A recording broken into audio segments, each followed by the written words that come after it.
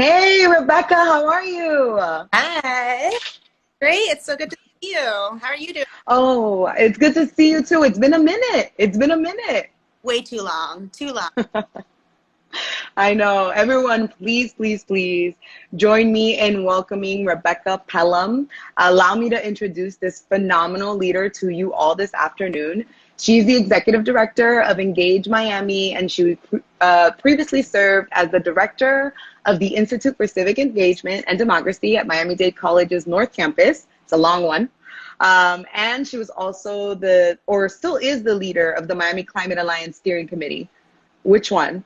Past tense. That amazing group is led by other folks now. Got it. So this is all past tense. She also completed her MSED in Education and Social Change from the University of Miami. Her passions for democracy, justice, sustainability, and learning are grounded, and they're a part of her whole entire journey. And she's honored to do the work with the amazing team at Engage every single day. And in case you don't know what Engage Miami does, they actually take down barriers and build bridges to equitable civic leadership throughout voter registration, civic education, and organizing campaigns on the issues that matter to young people here in Miami. They're building political power for young people in South Florida, so the future is better for everyone, and this thing is working, y'all. One of the wins that I was reading about was y'all registered over 20,000 young voters in the 2020 election cycle, which is huge. And that causes there to be a change in narrative to make sure that young people are not only registered, but are engaged and are making the change that we want in our city. So everyone, please join me in giving a warm welcome to Rebecca. Thank you, Leva. That was beautiful. Yeah, I'm so lucky to be a part of this work and to be a part of this movement that's changing Miami. And I'm grateful for sure to be in relationship with you, with the folks at Radical Partners. Like, we can talk about Engage, but the truth is, like, we are all in this together, and we're grateful. Ah, humble as always, Rebecca. Humble as always. Engage is doing the work that needs to be done. So I'd love to hear how, in your words, why is the work at Engage Miami so important? Ooh, I think about this every day. Number one thing is that the people of Miami are important. The city matters, our future matters, and it's really under threat actively right now in so many different ways, whether it is climate change, income inequality, gun violence, the dismantling of our democratic system.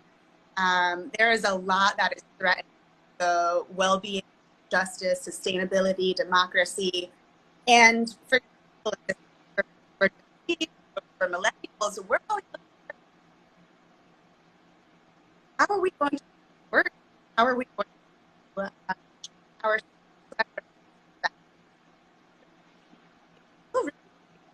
overwhelming?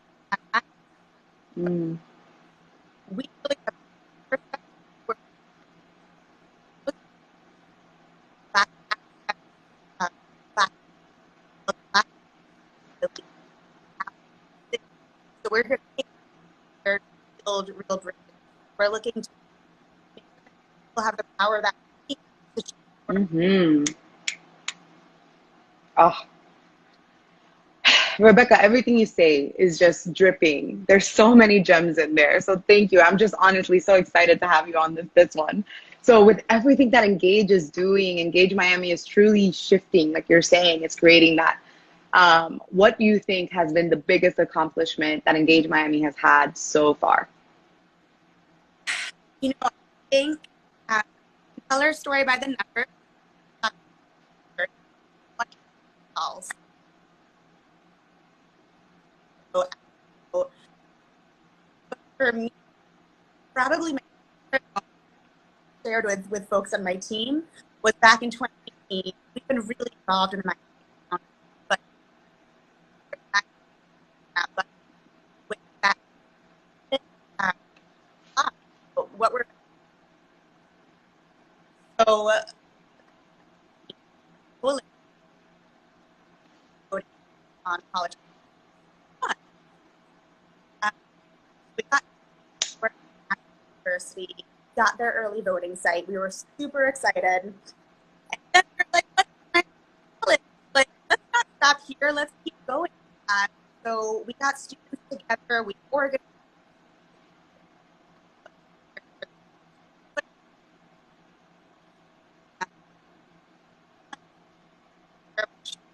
for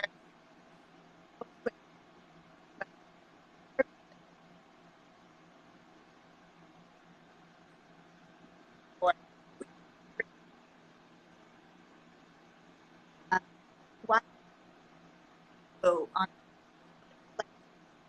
wants.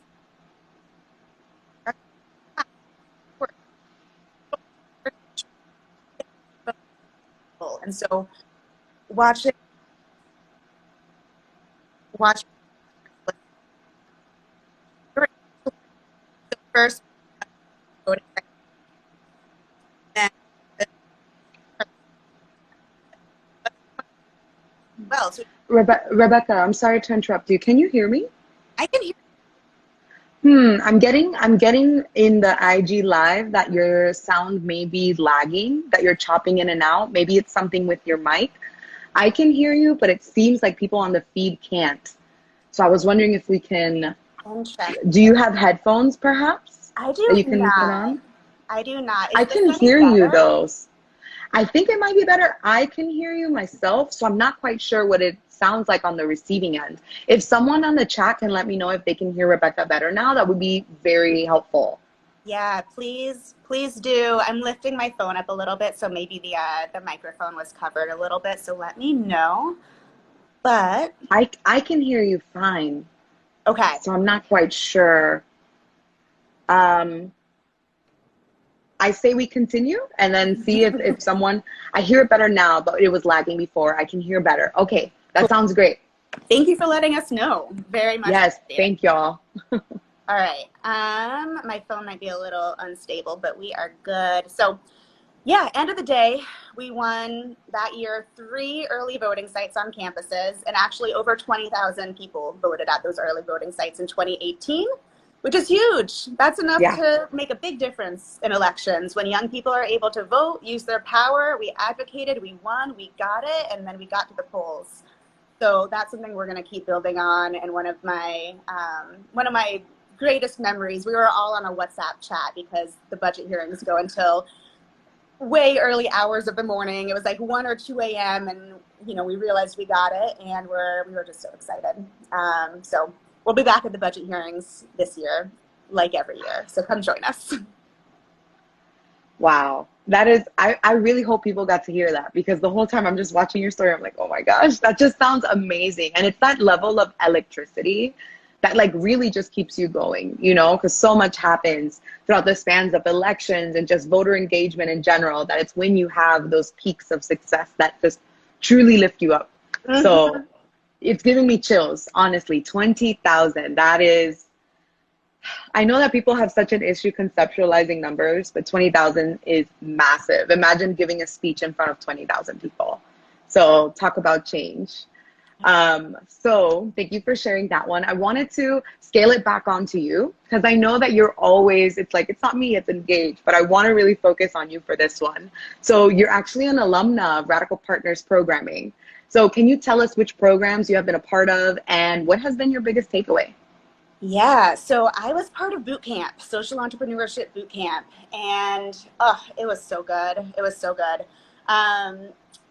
Just the investment that you all have in such a range of organizations and leaders, and really developing, the leadership skills, like the hard side in terms of like, okay, how do we do a cash flow analysis? Because we're running nonprofits and it's the whole thing, right?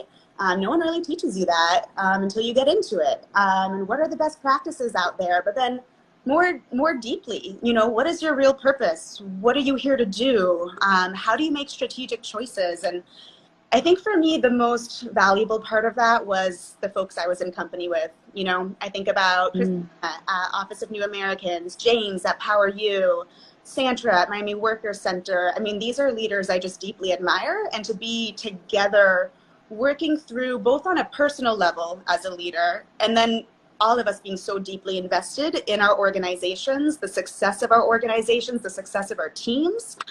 To be in community doing that, that honestly doesn't happen enough. It doesn't. And those are connections that, you know, we're going to carry through because we went through it together. And so I'm super grateful for the boot camp. I learned so many, you know, concrete things, you know, fundraising plans and cash flow analysis, like I was saying, and how to make a pitch and all of that. But it's the deeper work, to be honest, of developing that sense of yourself as a leader, and that knowing like, yeah, we've got really big missions, really big missions, and we can do it. We can, but we also have to be really strategic and really thoughtful around how we're showing up in the work in both like our values and in order to get stuff done. So love boot camp. One of the best leadership experiences I've ever had, for sure. Boot camp is just one of those programs. So I hear you. All of our LD programs have a special, special place in my heart, for sure. But just especially your cohort of boot camp was just a phenomenal, phenomenal cohort. And I feel like I say that about every single cohort, but I truly mean it. I really, really do. Oh my gosh. Yeah. And we have Darius in here talking about such a great crew. Yes, absolutely. We agree. So we're fully invested in you and your leadership journey here at RP, Rebecca. So we'd love for you to share, what change do you want to see happening in South Florida? I don't know where to start. You know, I've got big dreams.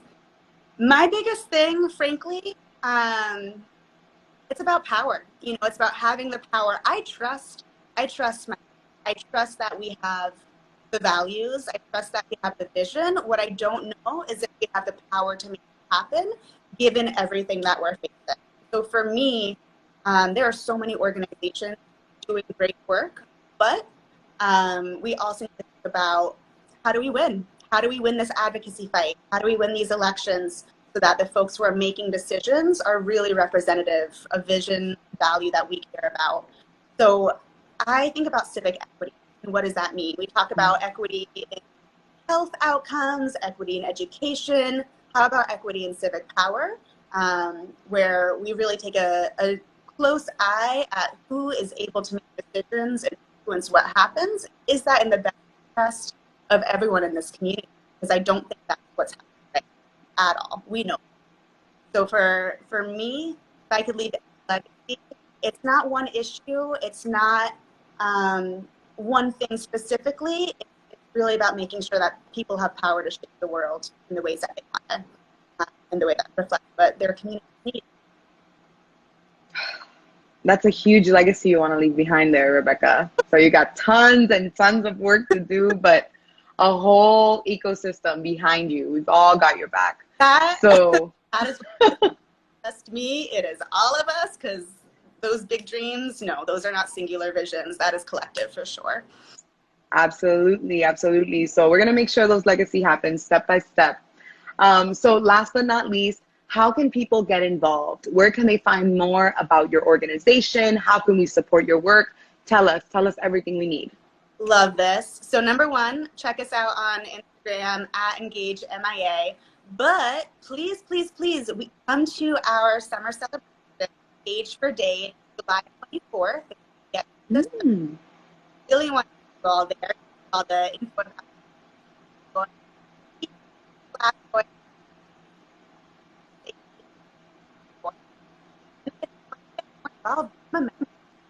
They're open to 1 week. But they're open to anyone involved.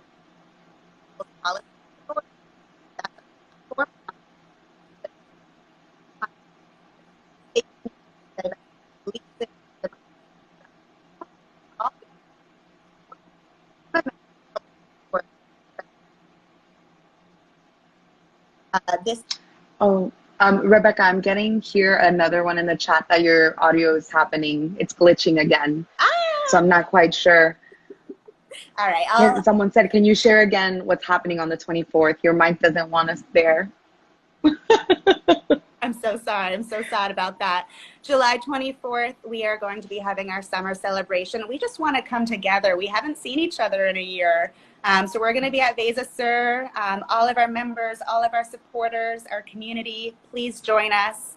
We also have member orientation coming up July 10th. So if you're interested in getting involved as a member, don't worry, you're not going to be thrown into the deep end. We provide training, support, community building, and you can be part of this really powerful group that's driving change locally here in Miami-Dade. So definitely you'll hear all about all of that if you follow us on Instagram, but those are the two things coming up in the next couple of weeks we're really excited about and would love, love, love to see you there.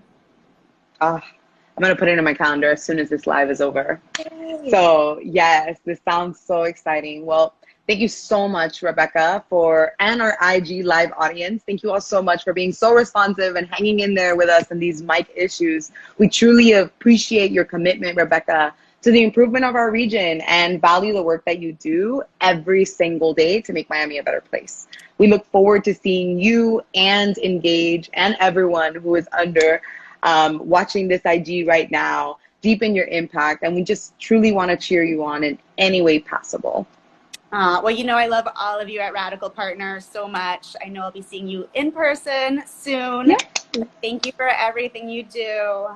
Strategic planning, neighborhood leadership lab, social entrepreneurship boot camp, you know, such a gift. And always love talking to you, Leva. Oh, I always truly enjoy talking to you. Thank you, Rebecca.